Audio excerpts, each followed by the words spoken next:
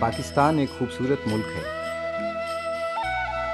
یہاں وہ سب کچھ ہے جو اسے کسی بھی ترقی یافتہ ملک کے شانہ بشانہ کھڑا کر سکتا ہے، لیکن ایسا نہیں ہے۔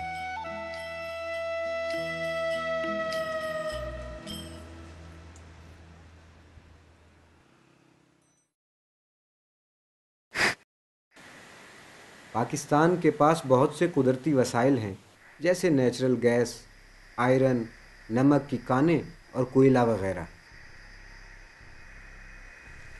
دودھ کی پیداوار میں پاکستان دنیا میں 5ویں نمبر پر ہے، لیکن 70% دودھ ہمیں ملاوٹ آمیز ملتا ہے۔ 1000 کلومیٹر سے لمبا ساحل ہے، لیکن کام کی بندرگاہ صرف ایک ہے۔ اور بات صرف مادی ترقی ہی کی نہیں، بلکہ پاکستان میں دنیا کی روحانی اور عقلی قیادت سنبھالنے کی صلاحیت بھی موجود ہے۔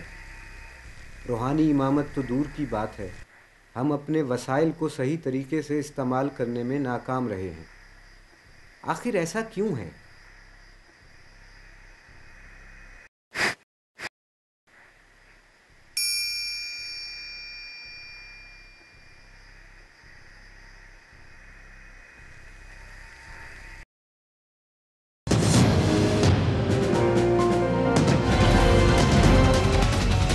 السلام علیکم، نیوز کے ساتھ میں ہوں فرح فاروق اور میں ہوں اقرار الحسن۔ ہیڈ لائنز آپ کو خبروں میں اپنے ناظرین کو خوش آمدید۔ سینٹ کی قائمہ کمیٹی برائے داخلہ کا اجلاس۔ السلام علیکم، CNBC پاکستان پر اب تک کی اہم خبروں کے ساتھ میں ہوں مونس فضا۔ ہڑتال مچنے کی وجہ سے دم گھٹنے سے 15 خواتین جاں بحق ہو چکی ہیں، ہسپتال منتقل کیا جا رہا ہے، دیگر خواتین کو بھی۔ لیکن جب سپریم کورٹ کا معاملہ ہوا تو فوج نیوٹرل ہو گئی۔ کوئی انسیڈنٹ، کوئی واقعہ، کوئی ایشو، یہ کیا ہوا، یہ کس طرح ہوا؟ Which militant leaders are critical to the Taliban's efforts? مسائل میں گھرا سماج، قدم قدم پر مشکلات، بدعنوانی۔ یہ ملے گئے سارے پچھلی حکومت بڑا ٹائم شارٹ ہے، بڑا مختصر ایک مجھے واپس ذرا اسٹیبلشمنٹ پاکستان کی کیا ہے، اس کو کیا جاننے کی کوشش کریں۔ 2001 میں کسی نے یہ سوچا تھا کہ اس ملک میں بلیک واٹر بھی آئے گی؟ شاید صاحب کہہ رہے ہیں یہ ٹیمپرری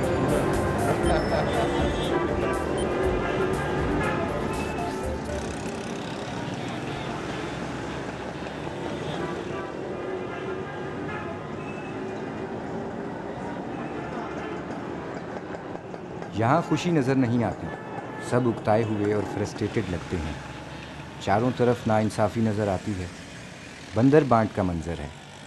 معاشرے کا چھوٹا سا ایلیٹ طبقہ ایک ایسا منظر پیش کر رہا ہے جیسے خوشحالی اور ترقی 2 قدم پر ہے، شاید اس لیے کہ ہم اور ہمارے لیڈرز انسان سے بندر بننے کی نئی ریت ڈال رہے ہیں۔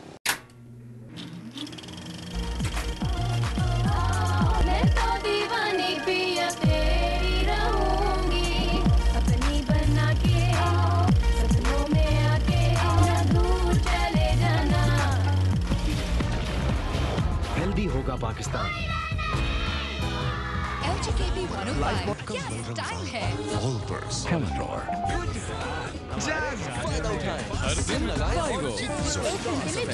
کوئی مقابلہ نہیں۔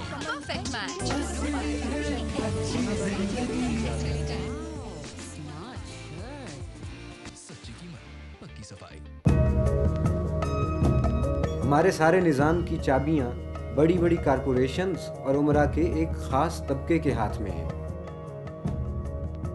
ایک طرف یہ طبقہ اشتہار بازی کی مدد سے میڈیا پر کنٹرول رکھتا ہے، اور دوسری طرف پیسے کا سیاسی استعمال کر کے حکومت پر بھی اپنا قبضہ جمائے رکھتا ہے۔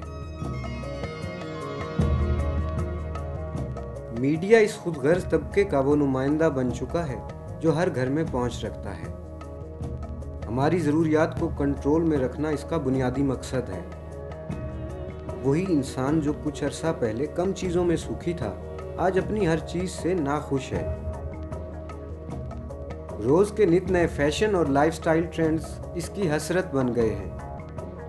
اس کو حاصل کرنے کی جستجو اور کھو دینے کا خوف اس کو دوسرے انسانوں سے دور کر دیتا ہے۔ یہ جھوٹی اور خود غرضی کی زندگی نہ صرف انسان کے لیے تکلیف دہ ہے، بلکہ اس کو بنائے رکھنے کے لیے وہ ہر ممکن ذرائع سے پیسے خرچ کرتا ہے۔ یہی اس کھیل کا اصل مقصد ہے، اور اس سارے پیسے کی جگہ ایک خاص طبقے کے بینک اکاؤنٹس اور ان کی پرآسائش زندگی ہے۔ اس کھیل میں بننے والے پیسے کی مدد سے حکومتی اور ریاستی اداروں میں قدم جمائے جاتے ہیں۔ حکومت وہ ادارہ ہے جو ایک معاشرے میں قواعد اور قانون بنانے اور ان پر عمل کروانے کا ذمہ دار ہے۔ اقربا پروری اور کرپشن کے دیگر ذرائع سے ان اداروں پر بھی اسی طبقے کی اجارہ داری ہے۔ کھیل میں ایک کھلاڑی جب خود ہی اس کے اصول بنانا شروع کر دے تو اس میں دوسرے کی ہار شرط ہے۔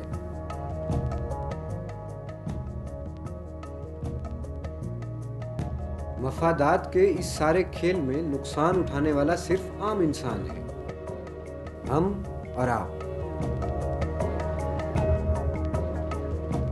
اس کھیل کے دوران پیسے اور طاقت کا سارا وزن اس خاص طبقے کی طرف چلا جاتا ہے اور ان چیزوں کا خمیازہ عوام کو بھگتنا پڑتا ہے، جیسے دلکش مگر مضر صحت کھانوں کی وجہ سے بیماریوں کا پھیلاؤ، ماحولیاتی آلودگی میں بے تحاشا اضافہ، کنزیومر پروڈیوسر سائیکل کا پھیلا ہوا جال۔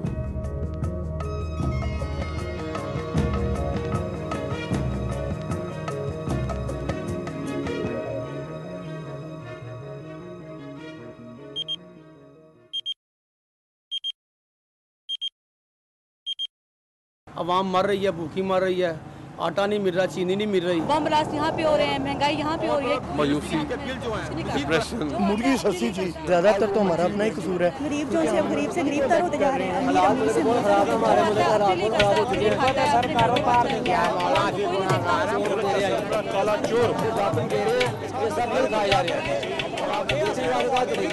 کہنے کو تو ایسی بہت سی وجوہات ہو سکتی ہیں، دہشت گردی، کرپشن، اقربا پروری، بیرونی خطرات، ناانصافی، فرقہ واریت، لوڈ شیڈنگ اور توانائی کا بحران، لیڈرز میں کریڈیبلٹی کی کمی وغیرہ وغیرہ۔ یہ تمام وجوہات تو محض بیماری کے چند سمپٹمز ہیں۔ بیماری کی اصل وجہ چند کور ایشوز ہیں۔ کرنٹ اکنامک ماڈل کو ترقی کا معیار بنانا، موجودہ لائف سٹائل کو حاصل کرنے کی جستجو، لیڈرز اور اداروں پر اعتماد کی کمی، باڈی اور برین ڈرین، عزت نفس کی اجتماعی اور انفرادی کمی۔ کرنٹ اکنامک ماڈل یعنی موجودہ اقتصادی نظام کے کئی پہلو ہیں جن کا سمجھنا ضروری ہے۔ کرنسی کا کھوکھلا پن، ربا اور سود، نہ ختم ہونے والی خواہشات کا پیدا کرنا، کارپوریشنز کا میڈیا کو ایڈورٹائزنگ کے زور پر کنٹرول کرنا، میڈیا اور خواہشات کے ذریعے عام لوگوں پر کنٹرول کرنا۔